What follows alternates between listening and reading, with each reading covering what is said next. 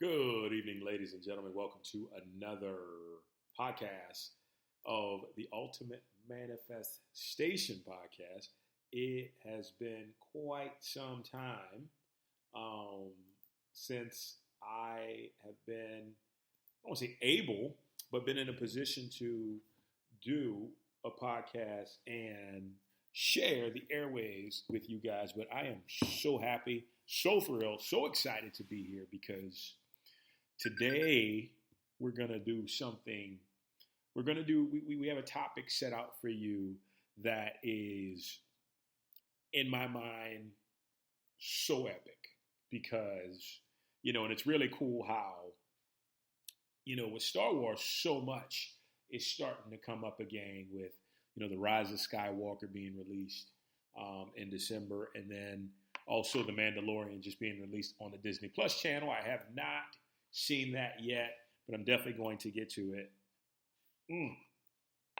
But anyway, this is kind of somewhat sort of like a Star Wars fan podcast, but I'm going to take the idea of self-awareness and self-realization, and I'm going to tie it in with everything basically that Yoda teaches us over the years on manifestation. Now, you may be thinking, well, how does Star Wars teach about manifestation? Well, in a lot of ways, and there's a couple of aspects and instances that I want to touch upon as it relates to Yoda and Luke in the Dagobah system on The Empire Strikes Back. But, so just getting right into it to kind of get back to what this podcast is really about, which is manifestation. What I'd like to do is basically kind of get to the idea of what manifestation truly is. And so you're an expert already at manifesting, okay? You're a creative being. You're a spiritual being having a human experience, and your life is basically manifested from the thoughts that you think, the feelings that you experience, and the dominant belief as a result of those thoughts that you hold about yourself, right? So kind of to make that as simplified as possible, your life becomes what you think about the most, right? Your life becomes what you think about the most. And so in knowing that, immediately what it does is it allows us to take precedence, to take power over our lives, right? And so what's cool about this is that when you know that you're in charge, in most cases, or in all cases to a degree, you're going to do everything you possibly can to make it work in your favor. Now, we can't control everything, and a big aspect of this is releasing attachment. That's probably one of the most important, if not the most important aspects of manifestation is releasing that attachment to the thing that you desire to manifest.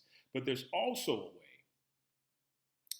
a way that is so epically effective. I like using that word, epic, that, it allows you to almost let life work effortlessly as it relates to those things that you truly want. Okay. And so I'm going to insert Yoda in here. And what's really awesome about this is that, we talked about the whole scene where he's in the Dagobah system and he's training Luke on how to be a Jedi, and he's taking him through these things. And there's just certain things that he's like pinpointing. And one of the things that stood out to me the most is when the X-Wing goes down into the water and Luke is trying to figure out what he's going to do. And he says, Yoda's like, okay, pull it out, raise it up, get it out of there. He's like, I'll try. And he says, do or do not. There is no try. I've been waiting to do that the whole podcast. But anyway, he says that. And I know for a lot of people, it kind of flew over their heads as to, that really didn't mean anything. But here's what that means. And I wrote an article on this that you can find on Medium. If you follow me on Medium, you can find it there. If not, follow me on Medium, Sean Grant. So I wrote an article, and what this means, Yoda understood that when you're attempting to manifest, when you're attempting to create reality in a way that you choose and desire to have it manifest, you cannot have the energy of trying behind your intention. Okay? Because see, when you do something, that means to make a decision. A decision is a definitive direction to go into without looking to the side, looking to the left, looking to the back. You are on target. You're making that decision and you're going from there straight ahead. When you try, it's like putting on a blindfold and having somebody spin you around in a circle a few times and then shooting an arrow trying to hit a target. You're just hoping that it will work out. But see, the universe is not convinced enough with hoping. It needs conviction. Now, if you're like me, you think conviction, all of a sudden you think you've got to force. I used to do that all the time. I think I had to force the universe. Conviction meant like, let me squeeze it and make sure it can go. No, all conviction means is that I get my place into the strongest place of faith possible. And once I do that, then what I want and not want but desire to come to pass can now be manifested, right? And I just have to give it time and just release the attachment. So in this scene, he says, do or do not. There is no try. Because he knows that, once again, try is hoping. Try is, once again, spinning in circles blindfolded and shooting an arrow at a bullseye you cannot see. So that's one way that he shows us how to completely and utterly manifest the things that we truly desire in our lives. Okay? So moving on, this same scene, right? This same scene. Luke struggles to pull the X-Wing out of the swamp in the Dagobah system, and all of a sudden, Yoda's just like, takes a deep breath, and he understands, okay, he's going to have to be the one. He's going to have to be the one to make this happen. And so he's trying to figure out, actually, no, he's not trying to figure out anything.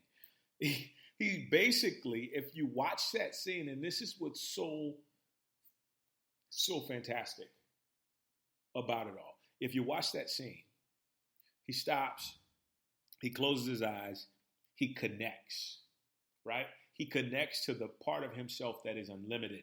In the movie, it's the Force. In real life, it's God, it's the universe, it's the all that is, it's the ever-present that, as they call it in the Upanishads.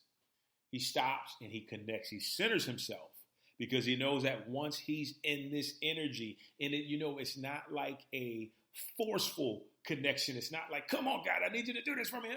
Because the universe doesn't work like that. If you look at life does not struggle. Life eases its way into existence, right? When you look at plants, when you look at water, when you look at trees, when you look at the sky, when you look at everything that unfolds, your system in itself, it goes with ease, right?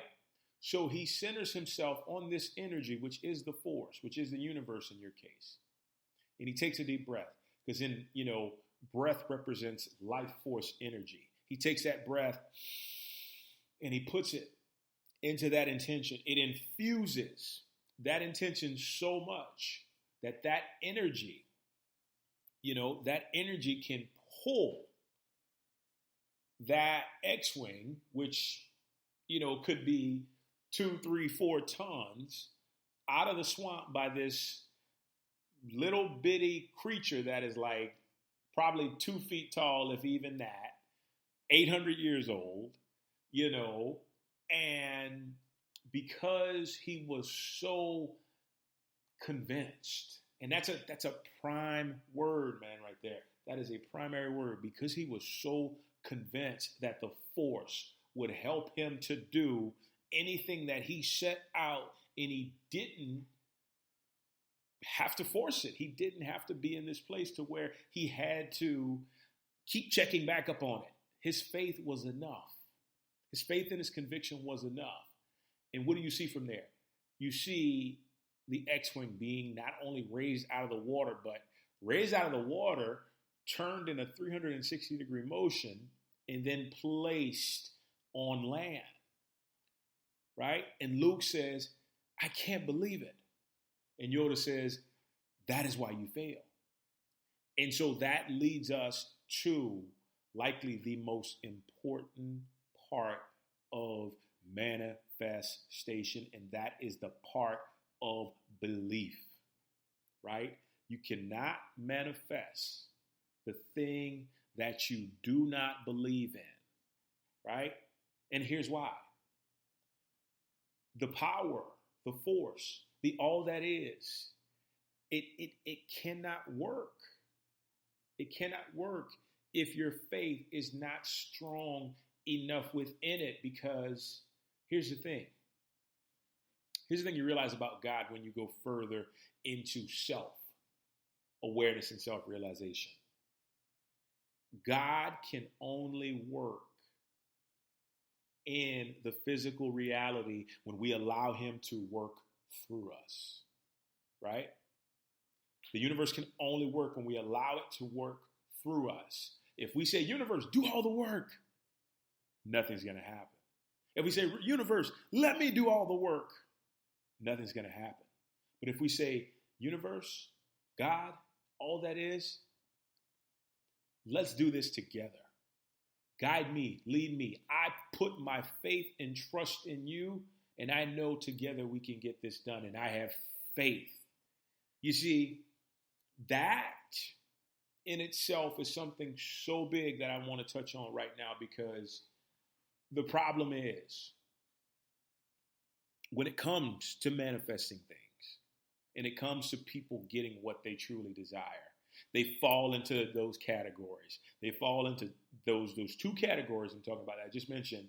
They're either trying to get the higher power, God, whatever you call it. I'm going to call it God because that's what I do. I call it God, or the God in me. Trying to get that to do all the work, or they're trying to do all the work themselves. What Yoda did, Yoda understood that, you know what? Spirit can't move unless it's moving through me. So I need to be the conduit that believes 100% on my end, and Spirit is always 100% on its end. And what do you have? You have basically the most impossible thing imaginable in that universe unfolding. This 2-foot, 50-pound, once again, creature picking up this 4-ton X-Wing out of the swamp and then putting it onto land while turning it, once again, 360 degrees. And that just comes from understanding that I have to do my part and the universe has to do its part. Okay? So this is really important because, once again, you could be falling into one of those areas where you're a person who does all the work and you don't give the universe time to move through you, right? To do its part. So it steps back and says, okay, do it yourself. And then you wind up struggling and getting tired and just feeling like crap. But when in actuality, all you need to do is just take a step back and say, you know what? I've done my part. You do yours. Or if it's even the opposite, it's one of those things. And I tell you this because I've been there. I used to think that the concept of God was magic. But in actuality, it's not really magic. It's just an extended, unlimited part of me that can only function when I allow it to move through me, right? And then everything else is resonant of my energy that happens from that point on. And sometimes, And this is what's most important. Sometimes this energy, this supreme being will only tell you to have faith and believe. That'll be the only action that you need to take, because it knows sometimes that's the hardest thing for people, is to believe that it can happen. But let this be an opportunity to let you know that you can believe because of this. It's not all on you. All you have to do is your part. I know I said 100%, but it's actually almost 50-50. You give your entire 50%. Actually, no, 100 is better. So you give 100% of everything you got in conviction, and the universe is going to meet you there. The God in you is going to meet you there, and it's going to create that thing which you desire the most. And that was a perfect example, watching Yoda display such an absolute expertise, just manifestation, it was expertise and manifestation. That's exactly what it was. Exactly what it was, right? So, in spending so much time on that, I want to wrap this up by focusing on a quote that was in the prequel movies. And so, it's when Anakin is a kid. I think might have been the Phantom Menace, and he looks at him and he says, "I sense great fear in you, young Skywalker." And he's like, "No, I feel fine, sir." But they know that feeling is magnetic. So feeling is what resonates to the Jedi, because they're in connection with the all that is, the oneness concept. So he tells Anakin, he says, "Train yourself to let go of everything you fear to lose." I just love doing this accent. And so all he's saying here is let go of attachment. Let go of attachment. See, this is how life works. When you tell life that you're going to be happy, you're going to be joyful, you're going to be content no matter what is unfolding, life will bring you everything you desire, because it knows you're not attached to it. But the moment you start chokeholding and WWE clotheslining your goals and stuff like that, you won't see anything unfold, because once again, life does not work that way. Can you imagine if trees were outside with their branches like chokeholding other trees because they didn't want them to grow, or they tried to make them grow faster? No. We've got to let go of that idea that we always need to be in control. We need to be afraid, because there's nothing to be afraid of. Because I tell you what, whenever you lose something, it's just setting you up for something greater to come into your life. You only have to connect. Once again, 50% you, 50% universe, or 100% you, 100% universe. You connect to that, and then it gives that thing permission to manifest itself. But you should never be afraid to lose anything, because that's the only way to live. Like, when you go into life being fearful, it's like you're pressing the brake and the gas at the same time, right? You're pressing the brake and the gas at the same time. So to not do that, throw fear out the window completely. And if loss happens, know that it's not even really truly loss. It's just something, it's a circumstance that happened, but you are going to recoup, because that's what life does. Life continues to support, right? Life continues to support. So, let's say you're in a position where you're afraid of losing your job. To hell with that. Throw it out the window, right? Doesn't matter. If you lose it, that means you're set up to get an even a better job, or maybe even work for yourself. Money. If you're fearing that you're going to lose money, let it go. Because guess what? As a divine being, you are connected to every bit of money in this universe, so it can come to you as you need it.